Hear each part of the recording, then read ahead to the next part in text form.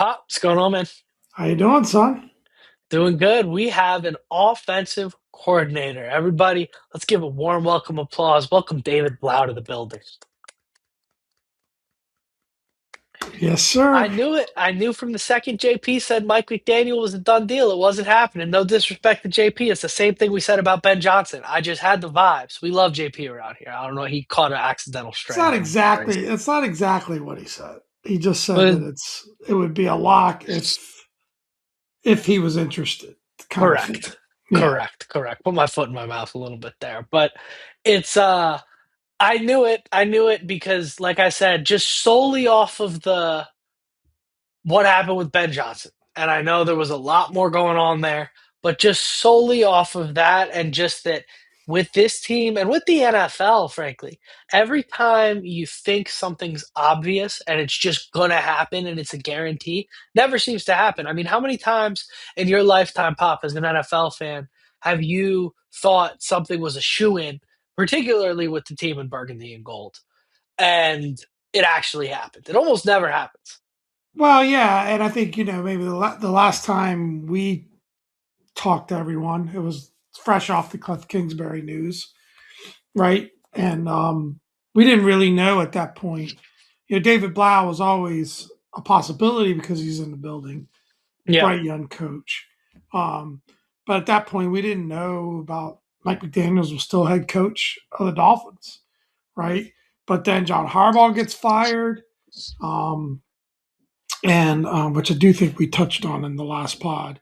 Sure did. And Miami says, "Oh, wait a minute, we like to get in a Harbaugh race or whatever," and decide to let go of McDaniels. And of course, everyone immediately rushed. And Mike McDaniels would be a great offensive coordinator, but he also came with there's a lot of moving parts in this thing, right? Blau had interest from other teams, so at some Yeah. point you had to make a decision. Are we going to wait out the Mike McDaniel situation, or are we going to make a decision to keep the guy that's in house? So we can get into a little bit of the pros and cons of both situations. But yeah, I mean, it's easy to say this now, but somehow I just, even though I thought Mike McDaniels would be a great hire, of course, just about as much as everybody else did, I kind of thought it was still something that wasn't going to be easy to pull off for various reasons. I mean, there's still 8 head coaching openings, right? 7, I guess, that he would be available for. And how many can you rattle off 8 guys that are Yeah. better? I mean, No, even you it's can't. probably good for Cliff too, right? Like there's not all that many candidates. Well, if it was up to me, if you had to choose between hiring Cliff Kingsbury or Mike McDaniel to be your head coach, I'd probably take McDaniels. I Just off agree. of that alone, and people are saying that Kingsbury is going to be a head coach. I personally think McDaniels had no business being fired at the end of this year. I think it was purely because of the Harbaugh thing, and he doesn't have a quarterback. I think when you see what he was able to do when his weapons were healthy and he had a quarterback, the guy can coach ball. So I was all over having him come here. I didn't think it was going to happen um, because it just didn't.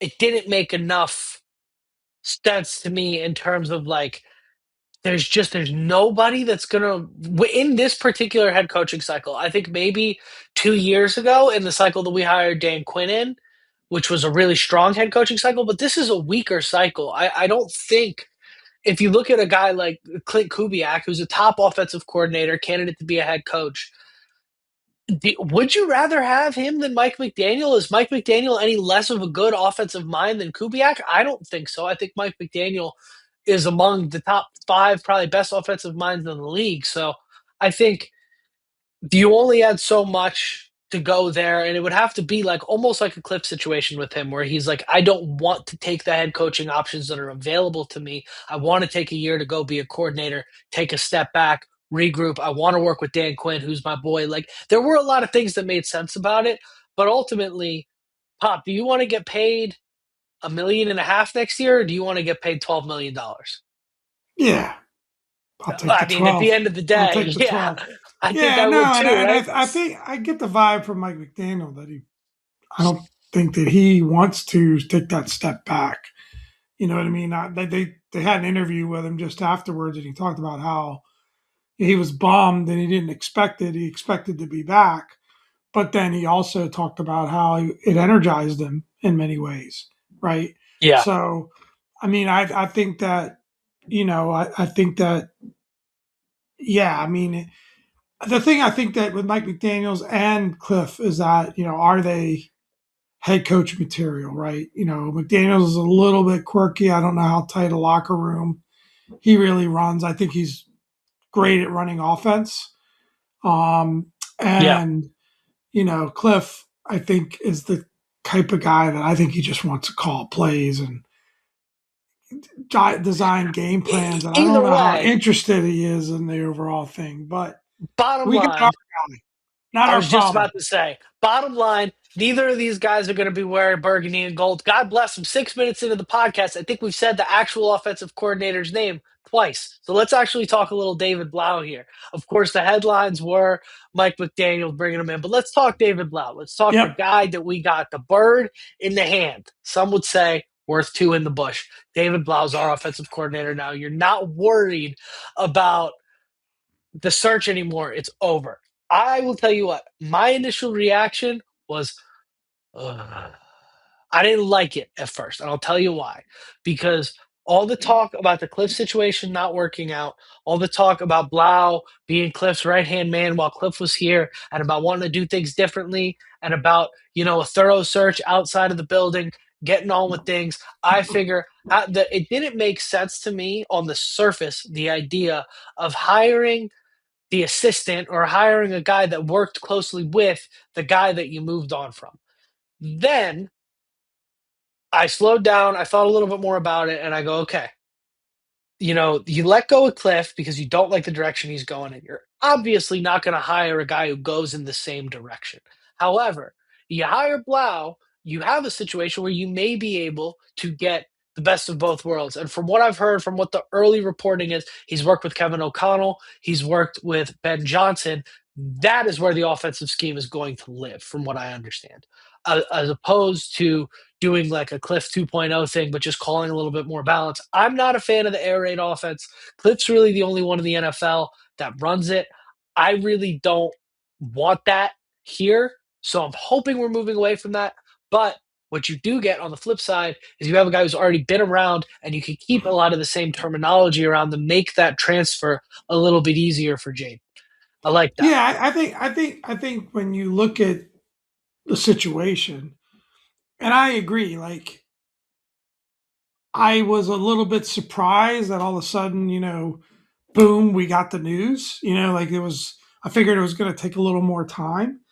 Um, but I think it executes a plan that Dan put together, which was I'm probably only going to have Cliff for a couple, 3 years, best case scenario, because he's going to do, what um, happened in Atlanta to him, right? That, he loses his offensive coordinator. And then if you think of it, what happened in Atlanta, he had young, talented offensive coordinators. He had McDaniels there, he had LaFleur there, and they both left to go with Shanahan. So I think when he set it up here with Tavita Pritchard and David Blau, because I think the veteran coaches we had, I don't know, were ever in play on the succession planning situation. I thought he looked at it and said, I got two very good, young, talented offensive minds. That's going to be my succession plan. Of course, we lose Tavita Pritchard to Stanford. And I think ultimately, when they look at David Blau and all he brings to the table, Ben Johnson talked about how he was actually designing and offering up plays as a backup quarterback. Because remember, he went straight from being a backup quarterback in Detroit and he had several stops along the way um, to being an assistant coach here. So he's only been an assistant coach for 2 years as well. But you're trying to leverage that backup quarterback. And look, bottom line, it's a high risk move by Dan Quinn. But I do think it comes with, you have to think of it in the sense of if he was up for jobs, which apparently Detroit was interested. There are a couple of other teams that were interested in him last year. Do you risk losing this young, talented offensive coordinator candidate to other teams? They had to act quickly. And I also think Jaden Daniels is a big factor in this, right? I think that this is a guy that I think Jaden's probably very, very happy with having as his OC. And that's a factor, like it or not. Yeah. I mean, that's what we talked about with the firing of Cliff was like they're obviously very close. I'm sure he wasn't happy about that. And like we said, there is a degree of adults in the building and the guy's got to be a pro and move on. And if he's buddy buddy with the guy, great. But sometimes, it's not, you can be good friends with somebody and the working situation doesn't make sense. It's not producing what you need to produce, etc.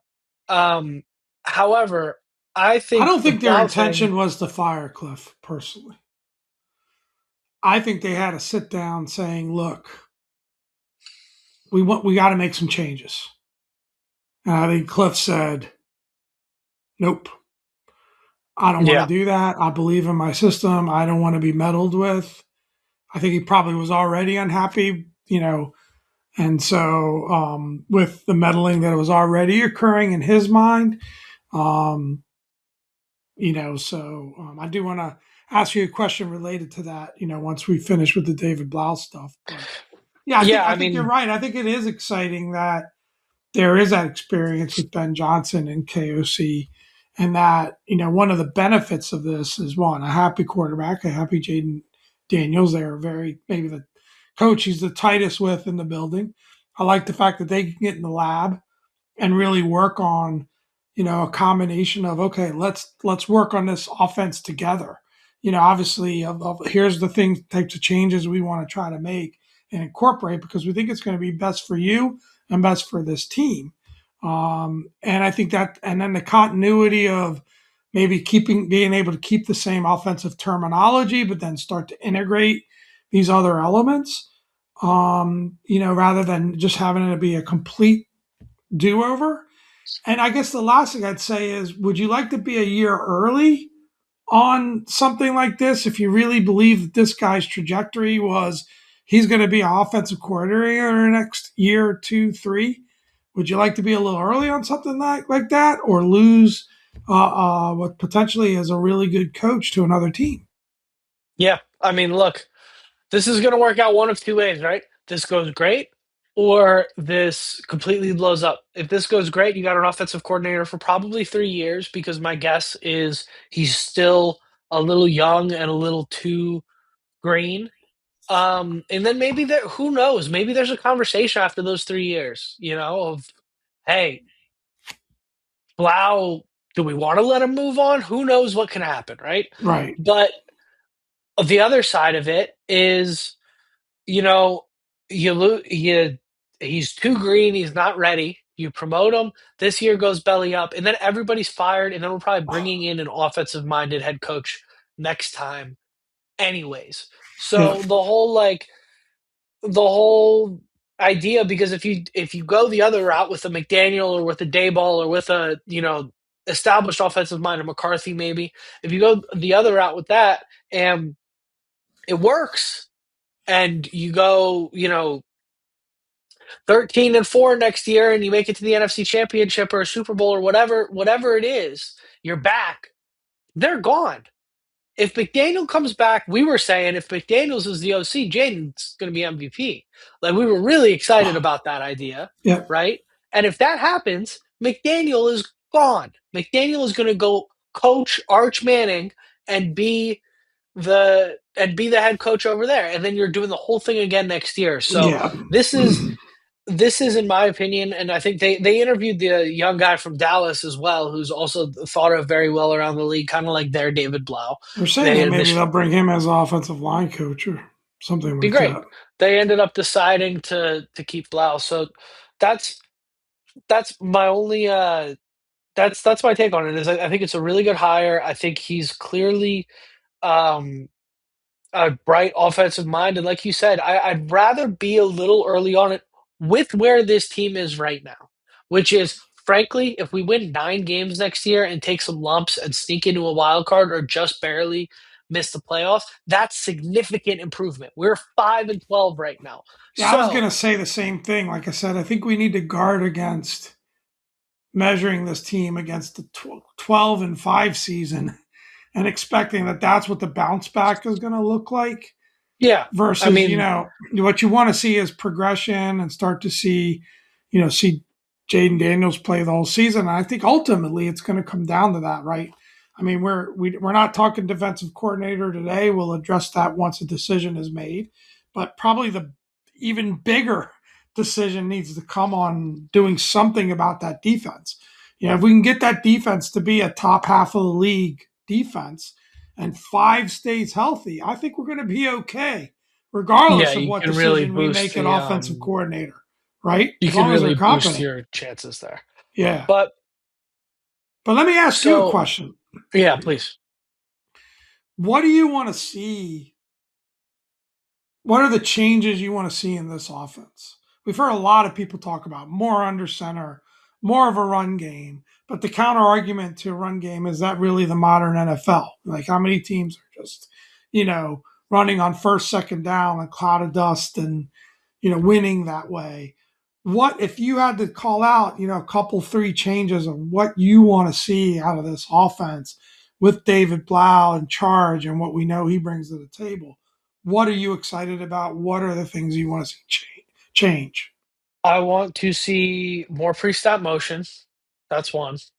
We don't do a lot of that with Cliff, which is so odd to me because you think, and it's probably because all these guys come from the Shanahan tree, right? But when you think young, offensive, brilliant mind head coach, which Cliff is supposedly in that category, depending on who you ask. I think that list dwindles, but supposedly Cliff is of that ilk, right? You think pre-snap motion, crafty play design, all these different things, and there are some crafty things about a system, but there was no pre-snap motion, not a lot of pre-snap motion. So I want to see more of that, putting defenses in conflict, using that motion, making it easier on Jaden to identify man zone with motion right away, right? You got to follow your guy if you're in man. It's very simple. Um, Stuff like that. I want to see more jumbo sets, 2, 3 tight end sets, running the ball more. I think a lot of the talk of lack of rush efficiency is it's a little bit of a chicken and the egg thing because it's like, well, our team's running the ball less because it's less effective, or is running the ball less effective because teams are running the ball less? And I think ultimately you see teams like Buffalo, usually, which is always the top offense across the league every year, live in that like 52% run, 48% pass, 54, 46, like live in that range. That's where I want to live. And I don't want to live there because Jaden scrambles half of the plays. I want to live there because we're handing the ball. If we were 25th in running back rush attempts in the NFL this year, that's why your quarterback played 7 games. So that's a huge part of it for me too. And the last thing, I want to see the ball come out fast. I want to see Yeah. the ball come out fast. Jaden can make every throw on the football field. I don't need to see him sitting back there for 6 seconds. And I think so much of that is Cliff's system, which is not necessarily scheming guys open. It's a lot of like, everybody go run a hitch, Well, it doesn't And it's seem to like, be a lot of slants. There doesn't seem to be a lot of that quick game yeah. routes too. Like you could see the time so many times where Jaden was under pressure, he hit that back foot. That was one of our complaints. He hits that back foot and doesn't get the ball out. But guys are kind of still in their routes, right? And They're not, granted, when you've got Chris Moore, and I mean, I saw some guys catching passes this year that just, I mean, they bring the it ball home wasn't and the put it on the trust. mantle. It's going to be the only NFL ball you catch. Like when you've got those situations, like there's only so much you can do. But at the same time, you had Debo Samuel. Put Debo in motion in the slot and get him matched up against the linebacker. And then Jaden knows, look for Debo. If Debo's not there, check it down. Like that's very simple. Um, and stuff like that is what I want to see more. I don't want to see, God forbid, we do see Marcus Mariota at any point next year or whoever the backup is. I certainly don't want to see the offense being called radically different for Jaden as soon as he gets in, if things have been working with Marcus, which was just what was happening this Marcus year. is following Cliff wherever Cliff goes, I think. Unless there's, a three deep quarterback situation already at We'll that see. team. But Um, I thought Sam Cosmi had an interesting take on the whole thing. I mean, he was actually on B. Mitch and Finley just as the news was breaking.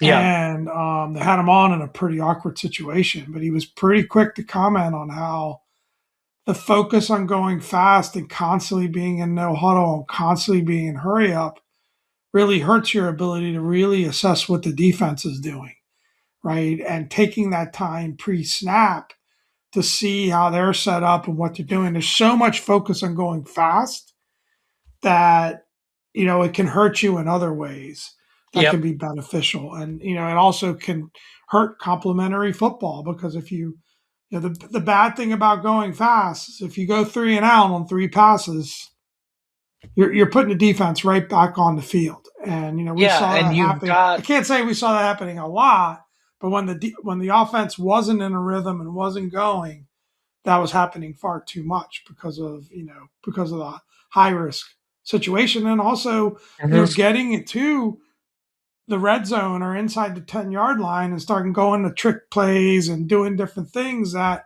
don't convert points. That puts pressure on your defense too, and your quarterback, quite Yep, frankly. yep, So, yeah, I mean, we'll have to see. Like I said, it is high risk. There's no question about it. You never called plays before, you know, but everyone's got to start somewhere, yeah. you I know. think I think this is my last theory, and then I say we wrap it up. And one more thing to the having never called plays before. Most offensive coordinators don't call plays until they get the job. Kevin O'Connell had never called plays before. Sean Yeah, McVay that's had why never called plays everyone's before. got to start You somewhere.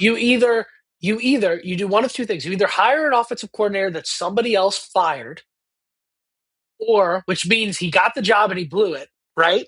Because offensive coordinators don't. It's the second highest job in the NFL to head coach for in a coaching situation. Offensive coordinators either they get promoted to head coach and then they get fired, or they keep the head coaching job, or they stick around as offensive coordinators, or they get fired. Well, They if you think don't. of there's So two you, examples there, right? yeah. Go ahead, finish. Yeah, So you gotta either promote a guy who's never done it before, or you got to hire a guy that already blew it. So if you're looking at your options and you're saying, okay, McDaniel's going to be 3 weeks, and then after McDaniel, we're going to have to call Shermer, like you don't want to be in that situation. So I think if you have a young guy that you say, hey, we'd love it if he had another year, but he's gonna be a great OC one day. Let's just do it now. I don't think the whole yeah. having never called plays before thing. Everybody has to learn that on the job in the Well, NFL. that's what I So was going to say. We have two in-house examples of guys that never called plays before that ended up being pretty damn successful. Sean McVay, who went from a tight ends coach to all, he was an intern here at one point or whatever the terminology is. He quickly rose similar age to David Blough to offensive coordinator. Jay Gruden was calling the plays. yep, He kind of got started getting in the mix a little bit. He got a head coaching job where he became the primary play caller for the first time, without Jay Gruden there in LA. And look how that ended up, you know. yep. And then look at KOC. You're right. There were, I can't remember the circumstances, but he ended up becoming the OC late in the season for the Skins, And then he went to did LA. well, and immediately got hired with very little experience because by the time he took over here, season was over. So it was a very low pressure situation. So, like, those are two examples of probably two of the best play callers in the league that started in a very similar fashion to how David Blau is starting. So, I think that has to be taken into account for sure. Yep. And And he the went. last point I'm going to make here, fan base is incredible to me sometimes because the same group of fans that complain about, oh, we always let these young coaches go to other teams, we always let them go, are the same group of fans that are complaining that we hired a brilliant young coach, right? Yeah. Now, of course, there's always risk involved in a situation like that. No, we're not sitting here saying David Blau is going to be a great offensive coordinator. We don't know. But I can look, what I always try to analyze in situations like this, because it's really all you can analyze, is the process. And I'm okay with the process that was used to get to this decision. Yeah. I'm the same way. I'm the same way, and I think you don't if you're Dan Quinn, you don't do this. If Dan Quinn's worried about protecting Dan Quinn's job, you go and hire Brian Daboll or Mike McCarthy, or you wait and you call McDaniels and you go, "Look, man, do me a solid. Do me a solid, dude." If you say probably call him dude a few times over the course of the phone call, knowing Dan Quinn. Um, but you don't do this if you're that worried about it. Now I wonder if there's a conversation with AP and Dan Quinn going, "Hey, give this Blau guy a shot, and you're good no matter what for a couple seasons." I No. wonder if there's a conversation there. But like we I mean, said, I'm sure as we found out through, and we don't have time to get into it, but as we found out through the, reporting on this, I'm sure AP was involved in this decision. There's no doubt about it. He signed off on it, as he but should be, But the other thing you got as to he think should of be, it, it's his it's job. like it's like when a young player ascends to a bigger role on the team, and then you go, "Wow, they see these guys all the time. They're in meetings with David Blau. They know what he can do." Maybe even Cliff, before all the stuff broke apart, was hyping him up, going, "This is the next great thing here. This Mhm. is the guy." Right? So they're in the building with him. I'm sure all of those things, he must have really knocked their socks off and impressed them. Both in the last 2 years and in the interview to get to this point. They're just not taking a flyer on a guy without any evidence that he can do the job. Yeah, there's a million other safer hires. So let's hope they got it right. I think there's so many different theories, and we can sit here and talk all day about like what happened with Cliff or how you ended up here. But I think at the end of the day, you've got exactly what you want. I mean, the guy's 29. Like he's my age. Like you've got a really bright young offensive mind who in a year where you're probably not in a you don't want to be in a full rebuild next year because it's kind of a do or die year for Quinn, but I think if we win, like if you said, if we win 9 games and we're putting some pieces together and we can afford to take some lumps with Blau next year as we're rebuilding this thing because the roster's probably a couple of years out from contending again. But bottom line, he turned 30 in July, excuse me. So he is 30. Um, but bottom line is he's with Blau, if him and five, if this hits, this team immediately rejoins the conversation. It's the bottom line with the talent that Yeah. Jaden has. If this hits and we get a season like we got from Jaden in 2024, which there's lots of room between last season and that season for another outcome. But if we do get that, watch It out, has man. potential But to be the best of both worlds, right? Because it could be exactly what they were asking for from Cliff, which yeah, was, we understand you got your system. We understand you got your offense. Cool. We need you to make some changes. We need you to make some adjustments. Here's the things we'd like to do. David Blau can come with, you know, Cliff's offense up to this point and then start to integrate those changes and bring in some of those other elements of the West Coast offense, or a KOC system, or a Ben Johnson system. So, yep. we'll see how it works out. We won't know for many months now, but yeah, it's exciting. We'll see. The Now we idea go. I of mean, my point is, now we go. Now Jaden can go. Right now they can get together. Maybe there's a little bit more energy in the building now and excitement from a change, and they can get in the lab and they can get to work, and that's exciting. beautiful thing about sports, man. We'll see how it all plays out. Exactly. Well, without further ado, let's wrap this thing up. Let's go Let's watch this do it. Bears Packers game, man. I've been Absolutely.